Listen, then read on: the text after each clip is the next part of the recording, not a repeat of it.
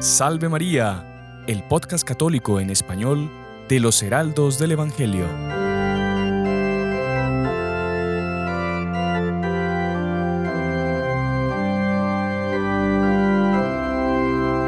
Muy estimados amigos que nos acompañan por nuestro canal de YouTube, por las otras plataformas por donde sale nuestro programa, y también saludamos a los oyentes de la Radio Luz que nos acompañan cada semana.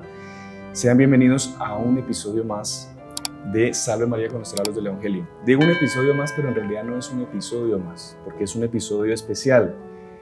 ¿Cómo sabemos que es un episodio especial? Porque cumple los requisitos para ser un episodio especial. Vamos a hablar de un tema muy importante, un tema muy especial. Estamos en un lugar muy especial y estamos con invitados muy especiales. Así que doy la bienvenida a nuestro queridísimo padre Juan Navarro. Salve María. Salve María, hermano Sebastián, qué alegría tenerle aquí con nosotros y poder compartir estos momentos que vamos a pasar aquí hablando sobre un santazo de primera categoría. Así es. Padre Juan Navarro, que ustedes ya lo conocen, que nos ha apoyado en algunos programas ya antiguamente en el canal de Salvador.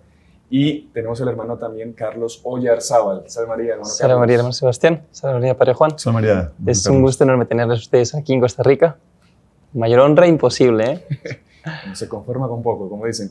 Pero, como ya el hermano Carlos dijo, estamos en Costa Rica. Estamos ahorita en la Catedral de San José, más específicamente en la sala capitular, que por cierto, pues agradecemos al padre Germán Rodríguez, que nos ha abierto las puertas acá de la catedral, nos ha permitido grabar este programa acá.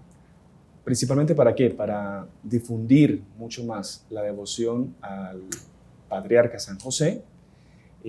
Es más, la catedral hace poco ha sido nombrada como Santuario Nacional de San José. Entonces, y esta arquidiócesis, hermano Sebastián, es la única arquidiócesis del mundo que está dedicada a San José. Arquidiócesis. Arquidiócesis. Sí, la única del mundo. Por lo tanto, la única catedral metropolitana. Sí, también, dedicada a San José. Fue en 1850 que Pío IX creó, en fin, la diócesis. Ahí fue desmembrada después en la diócesis de Alajuela y el vicariato apostólico de Limón. Y ahí que ya fue configurada como arquidiócesis, y el patronazgo de San José se debe a que ya desde el año 1700 aquí en las inmediaciones de este lugar ya existía una pequeña aldea con una capilla que era custodiada por los padres franciscanos, y ellos intronizaron un cuadro de San José. Entonces se puede decir que históricamente lo que es la ciudad de San José hoy en día, el origen está junto a ese cuadro, a ese lugar en el cual ya se le comenzó a venerar como patriarca, ya patriarca de la Iglesia y también protector de la ciudad y de este país que es Costa Rica, sí, ¿no? San José como que tomando pose desde Qué bonito, de estas tierras bendecidas, ¿no? Y que tantos devotos, tantos católicos tienen, y que tanta gente sigue también todo el contenido pues, de los heraldos, de los diferentes canales, mucha gente de Costa Rica, ¿no? Si usted me permite, hermano Sebastián, nos hemos presentado nosotros, pero no hemos dicho que vamos a hablar sobre San José, pero es que tenemos aquí una imagen que es impresionantísima y que esta talla es guatemalteca. Fue el primer obispo de aquí de la diócesis, Monseñor Anselmo Llorente y La Fuente, que en 1851 la trajo. Y fue precisamente esta imagen que 6 años después tuvo un papel fundamental y preponderante en unos hechos milagros y hechos históricos que acontecieron aquí en este país. Yo no sé si a ustedes les gustaría, podemos comentar eso, pero cuando hemos entrado aquí en la sala capitular, la imagen no estaba con la corona ni con el báculo, pero era impactante la presencia, no solamente por el tamaño de la imagen, sino porque es imponente la presencia de San José. Como que todo este lugar ya quedó medio como que marcado ya y preparado para este apostolado que vamos a hacer con nuestros queridos, los que nos acompañan. No, es ahí, porque es una honra. Esta imagen no está siempre presente. En la catedral hay otra imagen de San José, pero esta imagen, que es la famosa, que tiene tanta unción, tanta presencia, solo sale, o casi solo, en el día de la fiesta de San José. El 19 de marzo. 19 de marzo, exactamente. El resto del tiempo siempre está recogida. Guardada. ¿Sabe que muy interesante lo que comentaba Gabriel, el sacristán, que él nos recibió muy bien, acá tenía todo preparado, nos decía, mire, ¿sabe que uno siente que está con alguien? Cuando uno está solo con la imagen de San José, no se siente que está solo, siente que hay alguien. Exactamente. Y ahora mismo, como que sentimos que hay alguien más, es increíble. Entonces, de verdad que se hace presente San José en este programa, y bueno, también pues Él es el invitado más especial que Exacto. teníamos.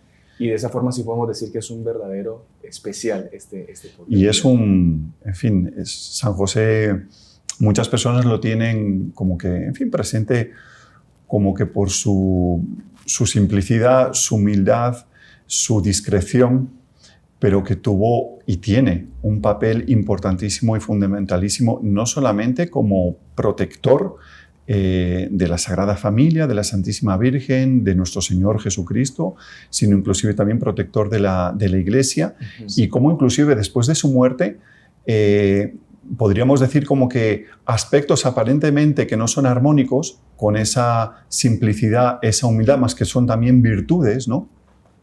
Como que se han dado a conocer Sí. en fin, en diferentes aspectos de la historia en los cuales San José ha intervenido de una forma clara y patente.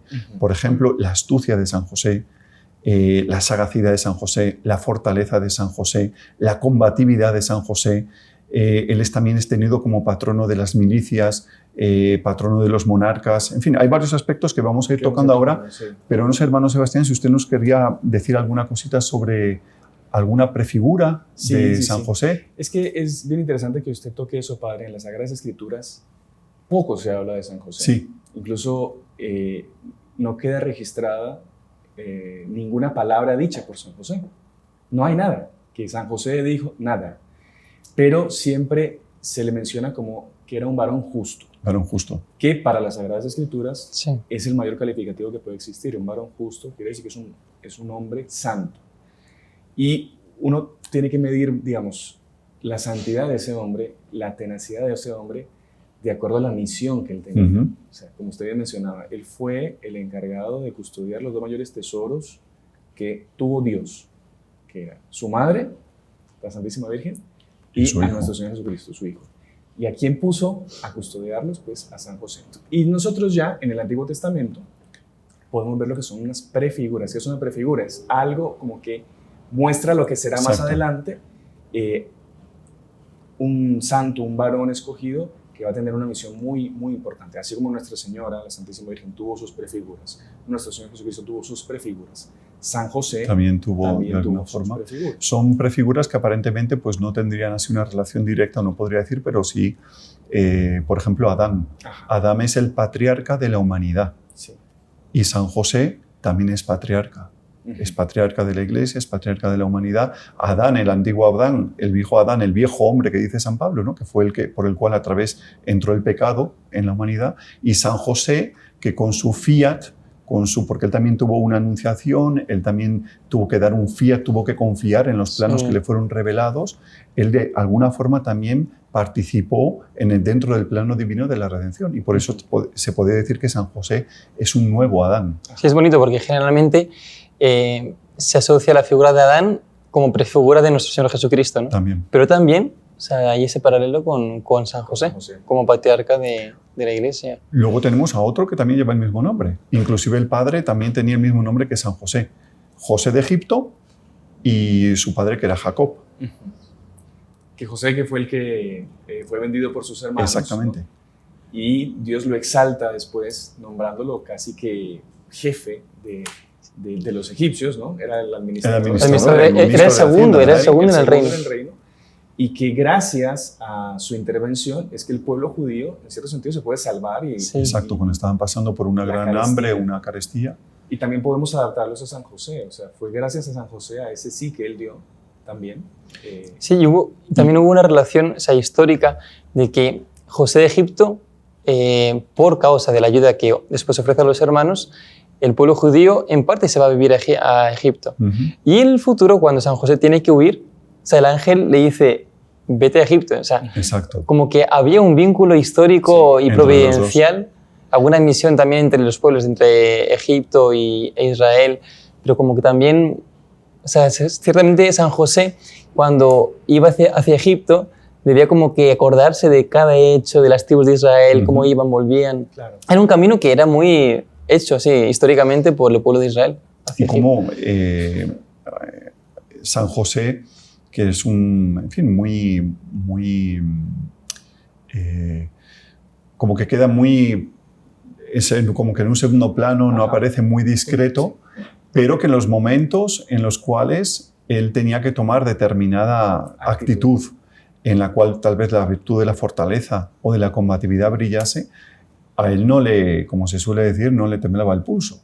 Él era enteramente dócil a la voz del ángel, a la voz de la gracia, y en esos momentos, podríamos decir como que esos momentos en los cuales él estaba como que apagado, estaba preparando todo para que el momento en que la providencia necesitase de él, que él tomase esa actitud, él realmente realizase aquello que Dios esperaba de él. José de Egipto fue lo mismo. Pasó desaparecido, su padre pensaba que una fiera lo había comido, no lo había devorado, sus hermanos sabían qué es lo que había ocurrido con él, pero ante el pueblo judío él había desaparecido, no sabían de su existencia. Mientras tanto, él estaba en uno de los mayores cargos en Egipto y preparando todo y rezando para que una vez pudiese reencontrar a su padre y a sus hermanos, ¿no? Y en esas circunstancias dramáticas de la carestía es que brilla nuevamente y aparece él como aquel que salva al pueblo en esa situación dificilísima, ¿no? Interesante. Hay otro personaje también histórico al cual de alguna manera podemos decir que es una prefigura de San José y que el propio San José tenía muchísima devoción y que fue uno de los que, por decir así, colaboró o ayudó a San José dentro de los pensamientos, de las meditaciones, de las reflexiones que él hacía a hacer el voto de castidad. Y que es Urías, aquel que fue enteramente fiel hasta el último momento al rey David, que fue muerto por él, ¿no? Fue colocado en los primeros lugares donde la batalla era muchísimo más cruenta y más sangrienta. Pero ¿y por qué decimos que es prefigura de San José? Porque Urías, volviendo del combate, precisamente para mantenerse alerta, vigilante y preparado para en cualquier momento entrar nuevamente en acción, él decidió dormir en la puerta del palacio. Él decidió mantenerse casto en ese momento, no tener ningún contacto con su esposa. Y San José, admirando esa virtud y esa integridad de Urías, eso le ayudó a él también a determinarse a hacer ese voto de castidad.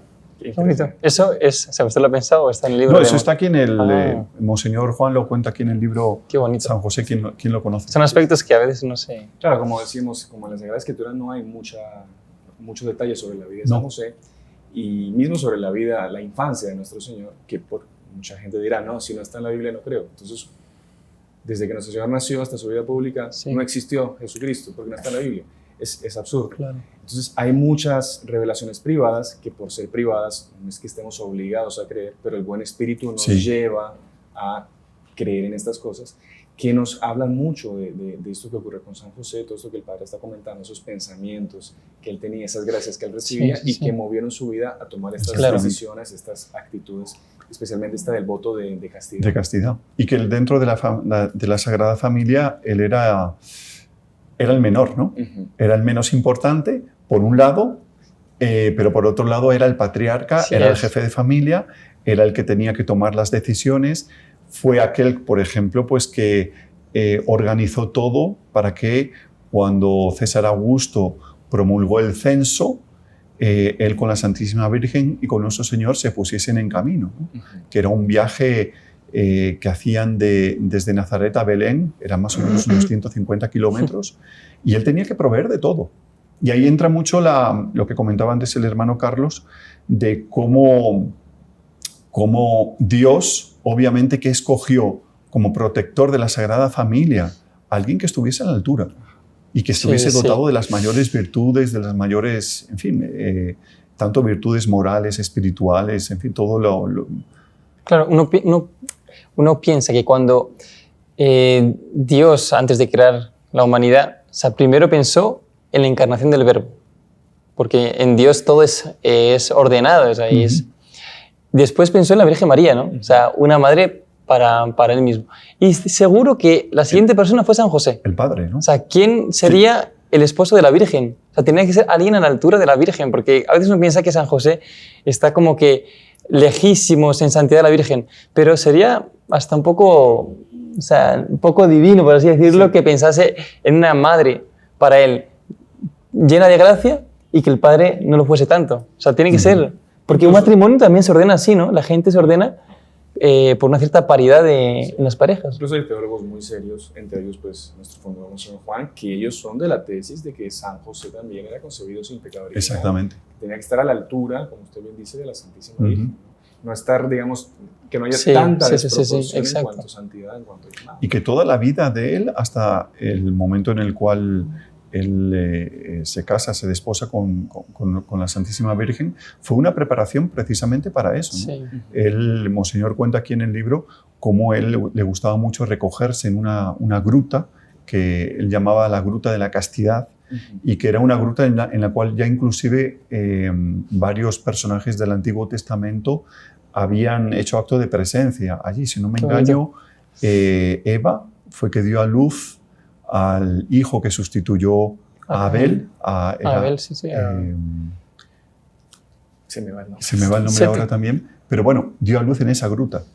En esa gruta era que San José le gustaba mucho recogerse para rezar, para reflexionar, Gruta de la Castidad. Y esa Gruta de la Castidad es precisamente la Gruta de Belén, en la cual se dio el nacimiento de nuestro Señor Jesucristo. Entonces vemos cómo a lo largo de la vida de San José, hasta que él se desposase con la Santísima Virgen, si se pudiese investigar y se supiese, ¿no? Porque es muy misterioso y mucha cosa que no, pero todo está relacionado y todo lleva a la misión, a una preparación para la cual Dios lo había creado y él tenía que llevar adelante, ¿no? Qué bonito. Y en ese momento del nacimiento de nuestro Señor también, lo que habrá sido, mismo por la misión que él tenía de tener todo lo más perfecto, lo mejor para ese momento histórico que era el nacimiento de nuestro Señor, lo que habrá sido la prueba. La prueba de San José. Por sentirse que no había cumplido con su misión. Y que él como que no estaba a la altura, él pensaba de sí que no estaba a la altura de ese misterio. Virgen, de ese misterio, ¿no? Es un poco, la Santísima Virgen evidentemente es otra, la prueba de ella. Ella rezaba porque quería ser la esclava de la madre del Mesías. Sí. Ella no se consideraba a la altura. Y San José pasó también por esa prueba de una otra forma, de un otro aspecto, pero él también como que tuvo una anunciación, él dio un fiat, un sí, quiero, y a partir de ahí fue que, en fin, se fueron... Es que como bien decía nuestro fundador, que la única discusión que debería o que debió existir entre la Sagrada Familia era para ver quién era más humilde y quién servía a los otros. Exacto. Porque claro, todos, imagínense el grado de santidad que había en esa familia. Y como usted bien decía, San José, que era el menor, era el que tenía que dar las órdenes y los otros... San José, a veces las personas tienen una idea como que San José, por el hecho de... como que no era padre de nuestro Señor en cuanto tal, ¿no? Como una... pero es padre, era padre hasta tal punto que en la época, ¿quién circuncidaba al hijo? La ceremonia de circuncisión era el padre que lo realizaba. Y fue San José, en la presencia de algunos familiares, de dos sacerdotes que vino a traer del templo, que circuncidó las primeras gotas de sangre que derramó nuestro Señor, el Niño Dios, fue San José el que las provocó con esa ceremonia ritual, que era un ofrecimiento. Y en ese momento, Dios en su interior le preguntó, Monseñor cuenta aquí en el libro, le preguntó que si él estaría dispuesto a entregar a su hijo, ya como que previendo la pasión que iba a venir en el futuro.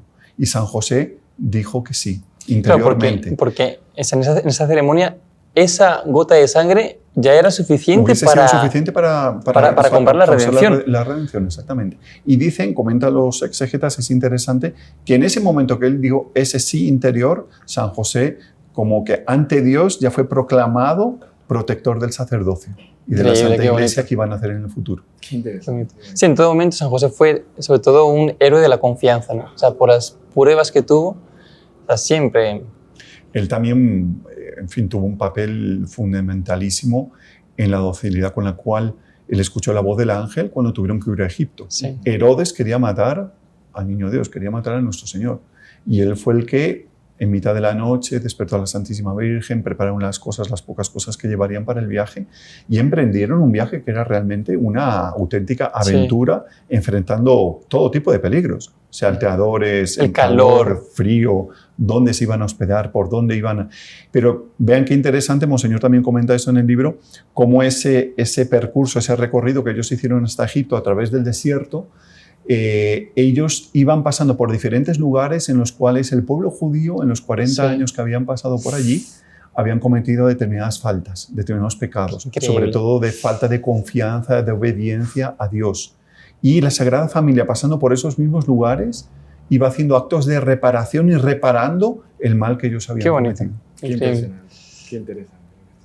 Padre, y también está, yo creo que un hecho que es, digamos así, paradigmático en cuanto ya a la fortaleza de San José, que ya, por así decir, como que se mostró en cuanto él era un hombre dispuesto a lo que fuese por defender a nuestro Señor, que fue en la pérdida y hallazgo del niño Jesús en el templo. Exactamente. Cuando nuestro Señor se pierde, después de esa visita que habían hecho ahí al templo en Jerusalén, ellos perciben que no está el niño en la caravana, seguramente habrían pensado que estaba con algún otro familiar. Ellos regresan después de 3 días, ¿no? Y se encuentran con esa escena de nuestro Señor discutiendo discutiendo rodeado de un montón de... Fueron 2 días, 2 días y poco. Sí, y la aflicción de la Virgen María y de San José venía porque ellos, la Virgen María aún más por la Anunciación, sabían que en algún momento nuestro Señor iba a consumar su holocausto y pensaban que era en esa será... Qué tremendo. Claro, que estaba siendo perseguido nuestro Señor pues ya por las autoridades del templo, ¿no? Y en el fondo nuestro Señor no se perdió. Claro. Nuestro Señor de alguna forma se escapó y fue al templo porque tenía precisamente, como les dijo, es necesario que yo haga la voluntad de mi Padre, ¿no? O sea, yo tenía que ir al templo y con 12 años tenía que dar ese testimonio y mostrar a los sacerdotes, los escribas que estaban ahí, que le estuvieron interrogando, le estuvieron haciendo preguntas, cosas que ninguno de ellos, ni en la tradición que se conocía hasta la época, tenían respuesta, tenían solución. Nuestro Señor, Dios... Claro, y ciertamente los escribas y fariseos, o sea, era hasta una forma del propio nuestro Señor hacer apostolado con ellos. O sea, ellos, por las profecías, por el conocimiento de un niño así, ellos debían, algunos ciertamente, intuir que era el Mesías o que se estaban cumpliendo los tiempos, pero ciertamente era una misión de apostolado. Claro. O sea, él en su ternura como niño, o sea, mostrarles por la sabiduría... La preocupación de San José y la Santísima Virgen, precisamente por eso, ¿no? Porque parecería que podía haber llegado el momento en el cual iba a derramar su sangre, definitivamente, y por eso San José, Monseñor comenta en el libro, cuando él entró en el templo y vio la escena, la fisonomía de él, como decía el hermano Sebastián, pues eso, una actitud, una fisonomía de fortaleza. Él estaba dispuesto, si fuese necesario, a derramar su propia sangre para defender a Dios hecho hombre. Claro. Y que es una de las razones por las cuales también comentan, ¿no?, de por qué San José, por qué la providencia se llevó antes a San José. Por un lado, porque él es el patrón también de la buena muerte. Y mire qué muerte que estuvo asistida por al lado la Santísima Virgen y nuestro Señor Jesucristo. Dios. Y por otro lado también porque probablemente no habría resistido, no en cuanto a por algún tipo de defecto o de carencia, sino que él no se habría tal vez contenido, ¿no?, de una santa ira, una santa cólera, una santa de ver la pasión de nuestro Señor y sufrir todo aquello que la Santísima Virgen sufrió, ¿no? Él no iba a permitir. No iba a permitirlo, pero vemos cómo en el momento de la circuncisión él dio su fiat, ¿no? Él dijo, sí, yo lo entregó. Qué interesante. Pero bueno, Padre, yo creo que ya hemos hecho quizá un contexto de lo que es la misión de San José en cuanto protector de la Sagrada Familia. Sí. ¿no? Ya pues hasta hablamos de la buena muerte que tuvo. Y quizá en la segunda parte pues ya entraríamos en un tema de San José como protector de la Iglesia. Sí. ¿No? Si le parece. Sí, perfectamente. Es súper importante y súper actual también, porque está muy relacionado con la última aparición en Fátima. Exacto. Con el milagro del sol y con una aparición también de San José en esa última aparición de la Virgen. Y vamos a hablar también del milagro. De los milagros de esta imagen que está aquí junto a nosotros, que tenemos la gracia de estar, digamos, junto a esta imagen, para que ustedes pues, puedan conocer, nuestra querida audiencia, lo que es la intercesión de San José en esos momentos de dificultad, en esos momentos en que nosotros tenemos que confiar ciegamente en su intercesión, en su intervención también. Así que bueno, no se despeguen porque viene la segunda parte que está muy, muy interesante. Ya volvemos. Salve María. ¿Sabías que tú también puedes ser un misionero? ¿Cómo?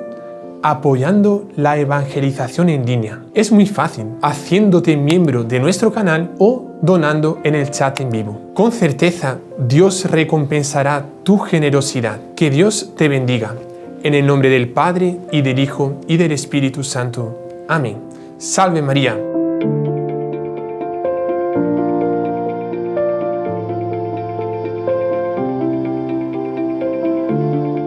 Continuamos con la segunda parte de nuestro programa especial, hoy desde San José de Costa Rica, desde aquí, desde el Cabildo, desde la sala capitular de la Catedral de San José de Costa Rica, Santuario de San José, también aquí en Costa Rica.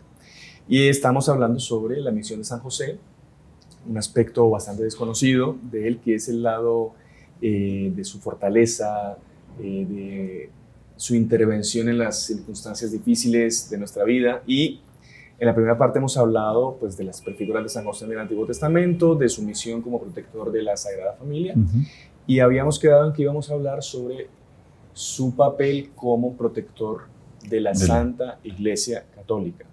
Sí, porque es muy bonito esa invocación, San José como protector de la Iglesia. En esta invocación, o sea, es la que resume la grandeza de San José. A veces es ese aspecto que no se trata tanto. Es verdad que San José fue una persona al mismo tiempo muy simple, esforzada, es verdad, pero la grandeza, la magnanimidad de San José también tiene que ser considerada. ¿Y por qué? Porque el protector de una institución, y en este caso de la Iglesia Católica, el protector tiene que representar y estar a la altura de lo que él protege. Exactamente. Entonces, considerando la Iglesia, o sea, la sublimidad de la Iglesia, la sabiduría de la Iglesia, la castidad de la Iglesia, la simplicidad, todo. Integridad, en fin, todas las virtudes. Exacto, la Iglesia es sin mancha. Sí. O sea, viendo todas esas virtudes de la Iglesia, uno puede ver la altura de la santidad de San José. Claro, la Iglesia es una institución divina. Exacto. Sí. Pues compuesta por hombres, pero es una institución fundada por Dios, divina. Entonces, muy bonito ese aspecto. Ver que San José, como protector de la Iglesia, en esa invocación de protector de la Iglesia, se resalta la grandeza de San José, porque en él, o sea, viendo las virtudes de la Iglesia, vemos lo que sería la mentalidad y la fisonomía moral de San José. Exactamente. Representando y todos los aspectos de santidad de la Iglesia. Entonces podríamos decir que viendo a San José, uno tendría que ver lo que debería ser un verdadero católico. Sí, exacto. Por sus virtudes, como usted dice, por su pureza, por su castidad, por su santidad, por su confianza, Sí. por todas las virtudes que uno ve en San José, son las virtudes... Decía el doctor Plinio que si nos encontrásemos a San José de espaldas, ¿no? O sea, viendo la silueta de San José de espaldas, diríamos, ese es un católico de verdad. Solo de espaldas. Qué bonito. Impresionante. Pues bueno, incluso también él decía que mucha gente toma a San José o por los aspectos de que es patrono, no sé, que comentamos, de la buena muerte, patrono de mil cosas. El día de los obreros, el día... Que sí, pero que no lo toma como un ejemplo de santo, de vida. A seguir en el día a día, ¿no? ¿Qué virtudes de San José se pueden practicar en nuestro día a día? Exacto. Muchas veces pensamos, pues, ¿qué es eso? Es pasar desapercibido, no tomar actitudes cuando se tiene que, a lo mejor, pues, tomar una actitud en la cual la virtud de la fortaleza o la confianza heroica. Las perplejidades que en la vida, en fin, todos pasamos por perplejidades, situaciones difíciles. Ahí hay que recurrir a San José, que fue aquel que se mantuvo en columna en medio de una de las mayores pruebas que pasó, ¿no? Y la combatividad. La combatividad también para defender a la Sagrada Familia. Hablando de combatividad, hay cantidad de aspectos, en fin, tenemos aquí cantidad de aspectos de por qué San José también es patrón de las milicias, patrón del, en fin, todo lo que es el ámbito militar, y que inclusive él participó apareciéndose de formas, en fin, en diferentes batallas, en diferentes situaciones, inclusive cuando era invocado por los ejércitos en Europa en 1865, Turín estaba siendo asediado por los franceses. Invocaron y colocaron bajo la protección de San José, hicieron una salida de la ciudad, consiguieron expulsar al enemigo. Sí. En 1808 también en España, con la invasión francesa en la ciudad de Valencia, en un barrio que se llama Cuarte, estaba habiendo un combate encarnizadísimo, y los españoles no conseguían colocar a los franceses fuera, invocaron a San José apareció de forma milagrosa, expulsaron a los franceses. Y eso fue motivo de que después el párroco de allí del lugar hizo un sermón al glorioso San José, como que rememorando todo lo que fue el combate en esa homilía que debe durar 1 o 2 horas y precisamente glorificando y exaltando la fortaleza de San José y de cómo él había guiado en el combate a los católicos. Increíble. Qué fenomenal. Padre, y vamos a entrar ahora en lo que nos tiene aquí sentados, aquí, exactamente, frente a esta imagen maravillosa de San José, que es justamente su intervención aquí en una... San José, exacto, sí, sí. Sí, en el conflicto. Hace parte de la historia de Costa Rica, y si Costa Rica se mantiene católica y es católica hoy en día, podemos decir con toda propiedad que es gracias a la intervención de San José en unas circunstancias realmente providenciales, en la cual no solamente a la integridad a lo mejor política o territorial del país y de Centroamérica, sino inclusive religiosa estaba en peligro, ¿no? Claro, claro. Porque era cuando, bueno, siglo XIX, cuando Estados Unidos estaba en ese auge de expansión territorial, ellos trataron de entrar aquí en Centroamérica a través de los filibusteros, que eran simplemente eran unos piratas, eran unos mercenarios contratados, que ellos tenían por ley la libertad de involucrarse en conflictos en toda Latinoamérica. Entonces, el gobierno de los Estados Unidos les daba libertad para que se metiesen, conquistar territorio, desestabilizasen, les pagaban un porcentaje X, Y, Z, y ya pues Estados Unidos tenía después facilidad para tomar cuenta, pose, ¿no?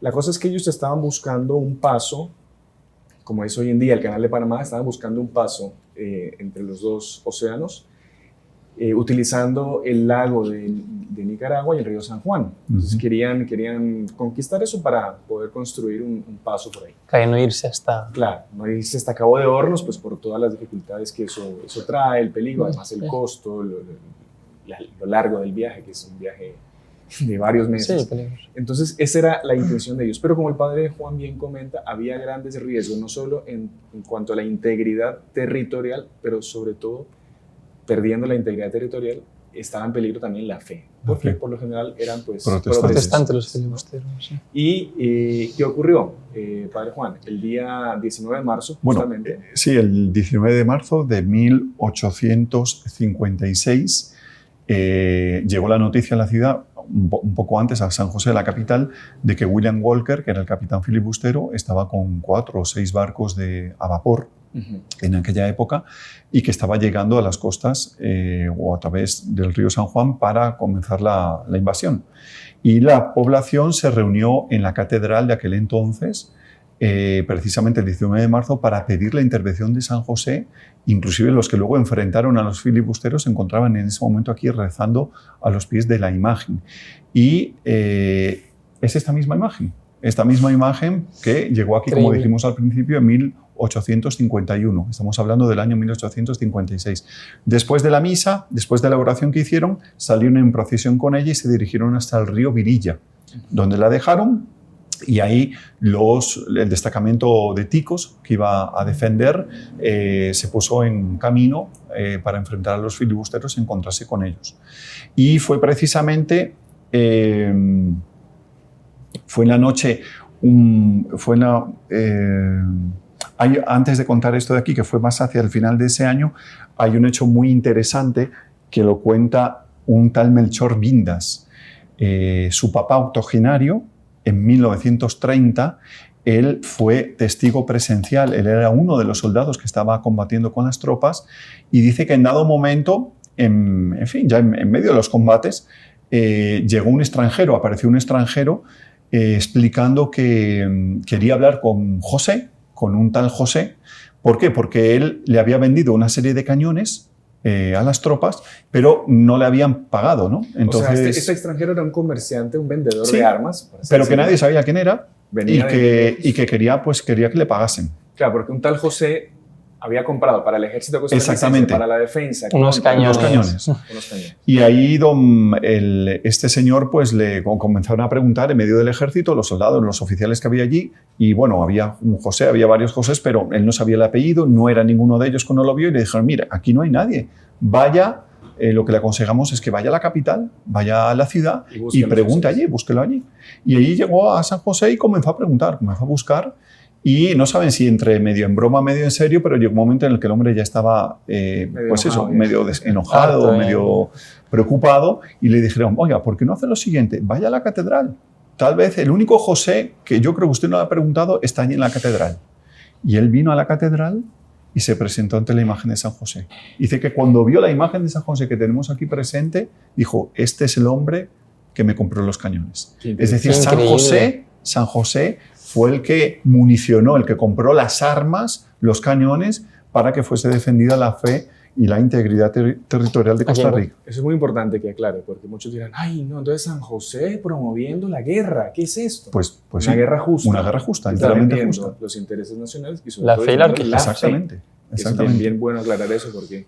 Inclusive no solamente, comprando armas, sino que la noche del 22 al 23 de diciembre de 1856, una noche oscura, lluviosa, 4 lanchas remeras con 45 ticos estaban descendiendo el río San Juan. Vienen inclusive aquí los nombres de los capitanes: Spencer, Máximo Blanco, Francisco Alvarado y el capitán Cautí. Y estaban descendiendo por el río buscando a los filibusteros cuando ven que se acerca en un barquichuelo un campesino con sombrero de paja que comienza a hablar con uno de los oficiales y le comienza a dar directrices exactas de por dónde tienen que ir, porque van a encontrar a los barcos filibusteros apostados en determinado lugar. Increíble. Y él los guía hasta el lugar, después desaparece, y ahí se entabló un combate en el cual los filibusteros recibieron, bastante daño, claro, fueron danificados seriamente. No se esperaban eso. San José guiando las tropas. San José haciendo el servicio de inteligencia. Exactamente. Estratega. Qué interesante. Eso fue del 23 al 24. Fue la noche del 22 al 23 de diciembre de 1856. O sea, esa campaña, vemos que el 19 de marzo de ese año fue que comenzó propiamente la campaña.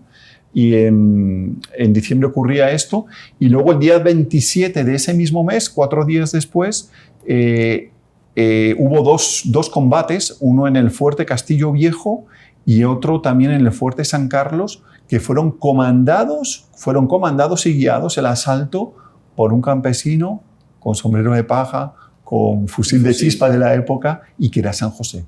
¿Cómo sabemos que era San José? Porque una vez ya a esas alturas del partido ya William Walker estaba acabado, los barcos habían sido hundidos, las tropas o muertos o se habían dispersado, y la tropa costarricense tica volvieron a la capital. Y fue cuando llegaron aquí a la catedral, y vieron la imagen de San José, reconocieron al hombre de sombrero de paja y con fusil de chispa, que los había guiado en los combates, que les había indicado dónde estaban los filibusteros y que era también el que les había vendido los cañones y municiones para que pudiesen combatir. Solo de pensar eso, esta imagen es increíble, ¿no? Poder estar una imagen tan...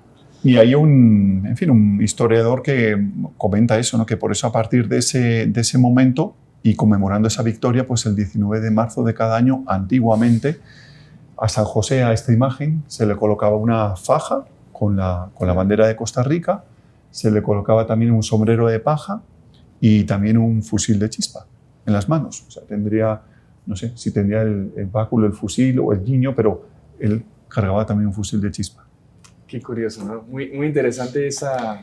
Y poco conocido. Exacto. Aquí en Costa Rica, eso es muy bueno. Hay que aprovechar este episodio, primero que todo, bueno, para dar a conocer esta historia maravillosa, esta imagen espectacular. Para que la vengan a venerar el 19. Para que la vengan a venerar. O sea, es bueno que la gente, sobre todo los que viven aquí en Costa Rica, que tienen a este patrono extraordinario, espectacular, aprovechen esa gracia, ese don de tenerlo como su protector. Sí. El día, como decía el padre Juan, el hermano Carlos, el 19 de marzo, esta imagen milagrosa sale en procesión aquí en la catedral. Sí. Entonces es muy importante que vengan a acompañarlo, vengan a verlo. Y no solo el día de la fiesta, también durante el año es bueno venir a la catedral a pedir gracias, venir aquí al santuario de San José a pedir gracias, pedir su intercesión para cualquier cosa. San José está esperando, está casi que con los brazos cruzados, esperando que nosotros acudamos a Él. Y sobre todo hoy en día pedir la protección de la fe otra vez, ¿no? Él, La protección porque de la fe. hoy en día son otras luchas, no son con cañones y fusiles, sino con... Bueno, de más o alguna- menos, hoy en día la Bueno, situación sí. del mundo como está, De alguna manera, pues también la humanidad hoy en día está pasando por un desierto, ¿no? Está Sí, sí, sí. huyendo. ¿Hacia dónde está huyendo? Sí. Infelizmente podemos decir que en muchos ámbitos no está huyendo hacia Dios, no está yendo a Dios, sino en dirección contraria, ¿no? Y de ahí el papel primordial de San José para guiar a la humanidad y para protegerla, ¿no? Sobre todo, pues, hacer uso o pedirle a Él que precisamente esas virtudes de la astucia, la sagacidad, la combatividad, pues que nos ayuden, ¿no? En nuestro día a día. Diferentes circunstancias por las cuales nuestra querida audiencia debe pasar de perplejidad, de pruebas, Claro. de dudas, de peligros físicos, peligros morales. Invocar a San José. Santa Teresa, el hermano Carlos antes recordaba eso, si quiere comentarlo, de cómo Santa Teresa de Jesús tenía y tiene una devoción espectacular a San José. Todos los Carmelos que ella fundó en la Reforma estaban bajo el auspicio de San José. Y ella decía que ella intimaba a que cualquier persona que invocase a San José pidiéndole cualquier gracia, que no fuese atendido, podía ir a cobrárselo a ella. ella decía el día de su fiesta, El día de su el fiesta. 19 de marzo. Porque Él atiende todo aquello que intercesor ante nuestro Señor. O sea, Padre, y muy interesante también lo que usted hablaba, que soltó esa punta ahí de tema de la situación actual del mundo. ujú. Es solo abrir pues, un periódico, ver las noticias, Sí. se habla de una guerra por acá, otra situación por aquí, mucha confusión, lastimosamente también entre los propios católicos. Hay una pérdida de un sentido De rumbo. de rumbo, de lo que es el bien y el mal, de lo que es el pecado, de lo que es la verdad. Y yo creo que eso está muy relacionado también con ese papel que va a tener San José en estas circunstancias y en el camino hacia ese triunfo del Inmaculado Corazón de María, y que queda demostrado justamente en la última aparición de Fátima. Nosotros recordemos que el 13 de octubre la Virgen en Fátima había prometido que iba a ser un milagro para que la gente creyera en sus apariciones y en su mensaje. Ujú. Y bueno, por una circunstancia que había ocurrido, ¿se acuerdan? Que los pastorcillos habían sido Sí, presos. sí. La Virgen queda indignada y dice: por culpa de que no les creyeron y que los metieron presos, el milagro que voy a hacer el 13 de octubre no va a ser tan portentoso como pensaba hacerlo.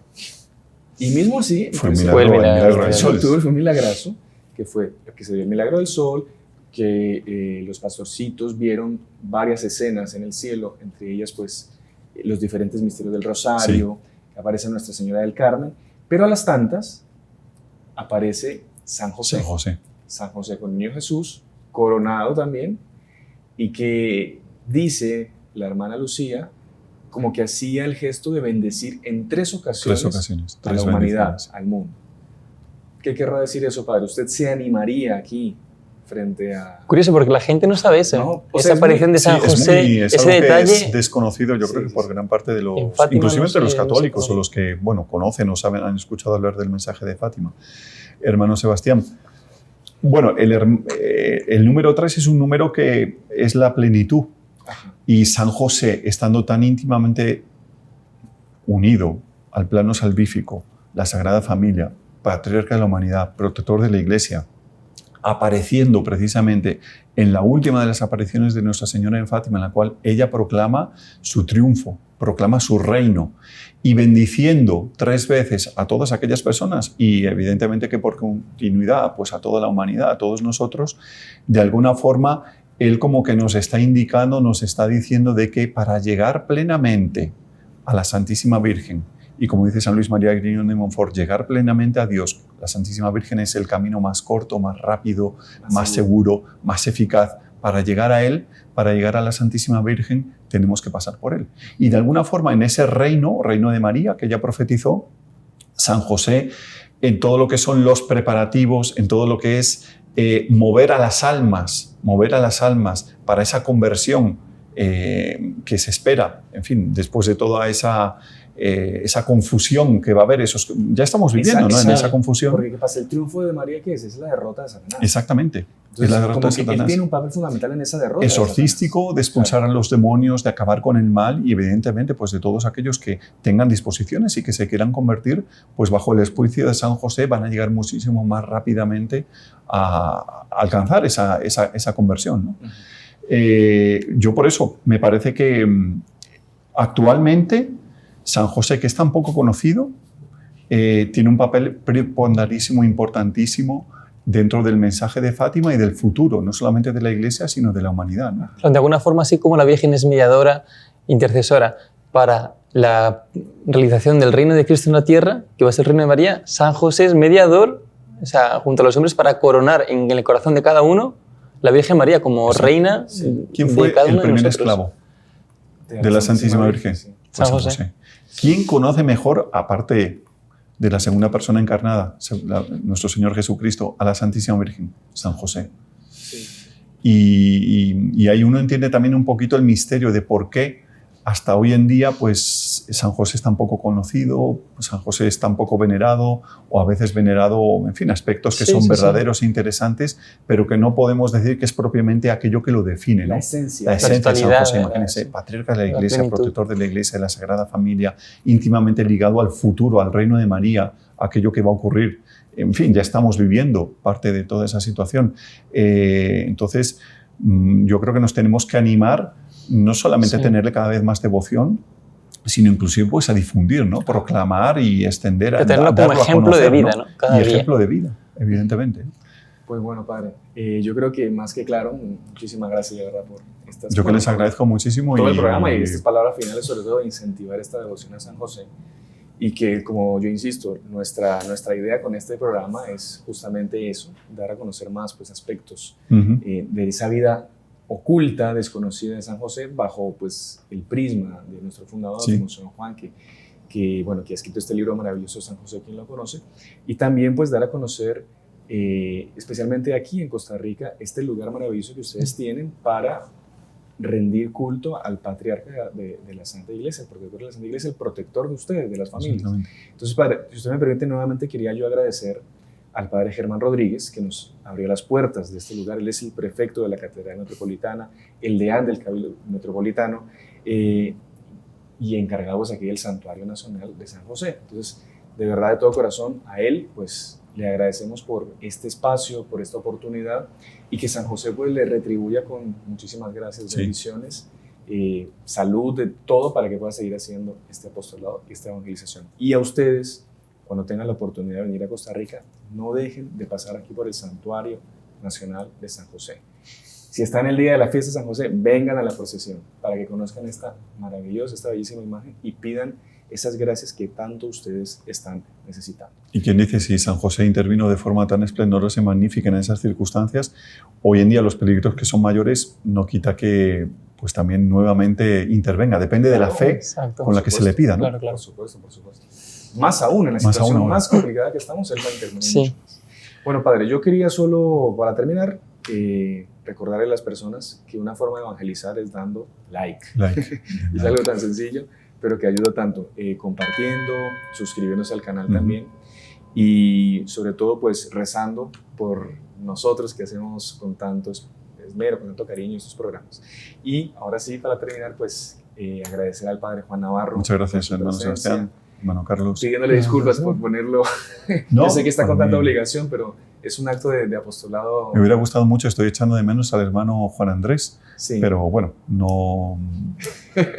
Está atrás de cámaras. Está atrás de cámaras, pero no quería dejar de mencionarlo también. Sí, siempre con esa sonrisa que nos alegra a todos. Y bueno, al hermano Carlos, también muchas gracias por participar. Y desde ya pues comprometidos para en otra ocasión señor, grabar estamos a disposición. Y que nos visiten en El Salvador también. Vamos allá. Bueno, padre, le pedimos una bendición para toda nuestra audiencia y con esto pues terminamos. La bendición de Dios Todopoderoso, Padre, Hijo y Espíritu Santo descienda sobre ustedes y permanezca para siempre. Amén. Salve María. Salve María. Nos vemos la próxima semana.